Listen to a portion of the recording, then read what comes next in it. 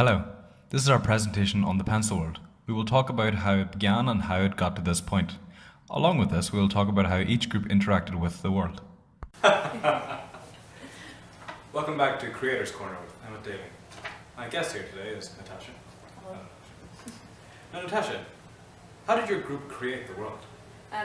The main part of the group creation was the world creation was sort of, we went off and found our own things that we liked, and then when we came back together for our first meeting, we just melded them all together into one world. Okay. How important was group work? Did your group meet up at all? Our group met up once or twice just to sort of see how things were going. There wasn't like much generation of ideas together, but we did meet up a few times. And what was it like to work on that part of the project? What happened? It was really fun, just sort of getting the initial idea and figuring out how to work with other people and like a bigger project. It was really fun. Thank you. The first group initially all went their separate ways in the beginning and came up with ideas for their world. They then came together and took the best concepts from each member and put them together. The culmination of their work resulted in the first concept of the project. Their world consisted of a floating island with a giant crystal at its core, which gave it its gravity and ability to harbour life. There was the addition of suspended cities on platforms that gave the world's inhabitants their hierarchy and caste system. The world was heavily influenced by Avatar for its scenery, and the floating island concept came from both Laputa Castle in the Sky and Legend of Zelda Skyward Sword, as both of these had floating islands. Welcome back to Creators Corner with Emma Daly. I'm now joined by Dervla. Dervla, how did your group change the world? Originally we didn't like the crystal idea, so we took a HB pencil and shredded the crystal and put it in the new centre of the island. How important was group work? Did your groups meet up? We met up twice, but it was mostly just sharing each other's work over the group chat and seeing what each other was up to. And what was it like to work on this part of the project? What happened? Originally the idea was a bit strange, we weren't quite sure how to go, but once we started conferring ideas and doing sketches and doodles, we all really liked it, and group work was quite smooth. Okay. The second group improved upon the original group's world by adding more depth to the planet itself. They made many changes to it, such as having the landscape take on a more rough terrain aesthetic. They also talked about having different environments to flesh out the planet and to create a more diverse ecosystem. Some of these ideas include a swamp and ocean-like area. Changes that were made was the removal of the caste system and instead have different races occupy the planet. There was a large ogre-type race made out of lead, and there were also concepts for a race made of crystals and a human-bat hybrid race. The major change, though, that continued to play a large role among future groups was the crystal being replaced by a pencil that had been embedded in the planet. There was a backstory that was created for this event where an astronaut sneezed on it, threw it out of an airlock, and it eventually collided with a small asteroid where the bacteria allowed life to cultivate. There was also a concept briefly explored of a godlike figure with features of a raven, however this was dropped later in the future. Inspiration for the group came from José González, whose artwork mainly showcases artistic futuristic settings. As well, the group looked at other futuristic art pieces to help come up with a futuristic society. Other inspirations came from El Greco and Tsutomu Nyashi. I'm now joined by Piers. Piers, how did your group change the world? Well, we wanted to make heavy sort of modifications to the races that were already there. Originally they had bat people, and the lead people and rubber people were kind of there in a sort of like an origin sense, but we kind of wanted to focus on them and develop them into like their own thing, and kind of change certain aspects of how they looked and what their sort of culture was to kind of create our own feel to it. Just broaden the idea of the world. Yeah, exactly. And having them, the lead and rubber people, be their own important entities, and then keeping the snot people separate, gave us room to kind of explore different aspects of one world. Alright. How important was group work? Did your group meet up at all? Yeah, our group must have met up like 3 times, maybe 4, and we talked a lot online and in person. And that was really helpful for us because we wanted to sort of be able to unify our style when we came to doing our tonal storyboards. And having that extra communication meant that we knew exactly what the other person was doing.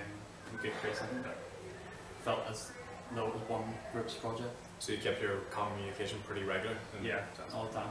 Alright. What was it like to work on that part of the project? What happened?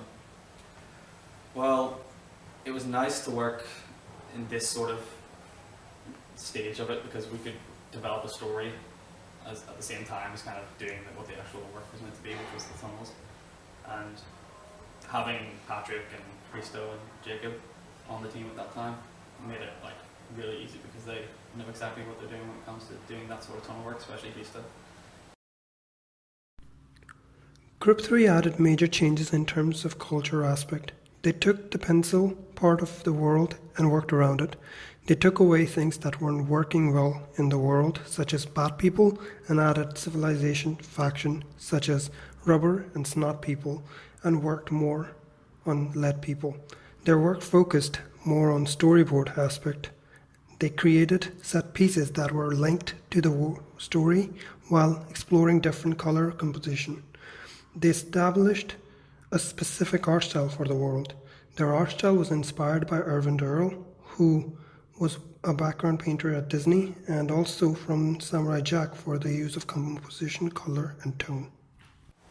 Welcome back. Our final guest this evening is Sue.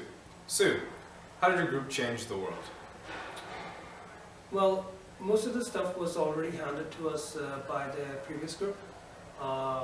We took that and we tried to show what the previous group hadn't shown much. We worked toward more on the cultural aspect and built the social part of the project. We looked into stuff like temples and caves and shrines and stuff like that to give the feeling how the world would look like. Yeah. More. The overall feel of it. The overall feeling. How important was group work? Did your group meet up at all? The group work was pretty solid this time. We made up a lot, and there were some issues, but we overcame those by staying up late and staying till the next day. There was stress, but it added a sense of urgency. What was it like to work on that part of the project? What happened? It was really fun to work with. We had our stylistic issues, but it was really fun to work with. The animatic was really fun to do. We were, of course, we started a bit late, but we knew each other, so that helped a lot, and we overcame the issues by staying up late, of course.